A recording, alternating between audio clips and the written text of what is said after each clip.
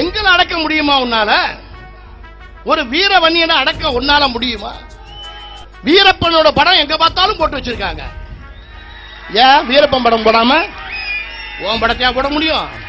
மிகப்பெரிய கொலைக்காரன் கொள்ளைக்காரனாலும் வீரப்பன் தவறா எந்த பெண்ணிட்டையும் நடந்ததில்லை இது வரைக்கும் வரலாறு சொல்லுது. வீரப்பன் உயிரோடு வாழ்ற வரைக்கும் கர்நாடகத்திலிருந்து ஒருத்தவங்க கூட ஒகேனக்கலுக்கு குளிக்க கூட வரல.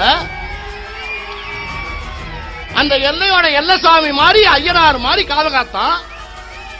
வீரப்பன் செத்த பிறகு ஒகேனக்கல் எனக்கு சொந்தம் சொல்றான் கர்நாடகத்துக்காரன். வரலாறு எந்த ஒரு வீர வன்னியனையும் நேருக்கு நேர் சண்டை போட்டு வெற்றி பெற்றதாக வரலாறே கிடையாது.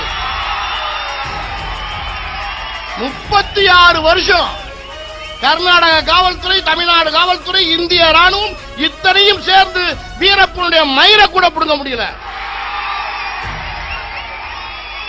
மோர்ல விஷம் கலந்து கொடுத்து வீரப்பன் செத்த பிறகு 2 நாள் கழிச்சுதான் வீரப்பனோட மீச மயிரை இந்த காவல்துறை புடுங்கினாங்கிறது வரலாறு.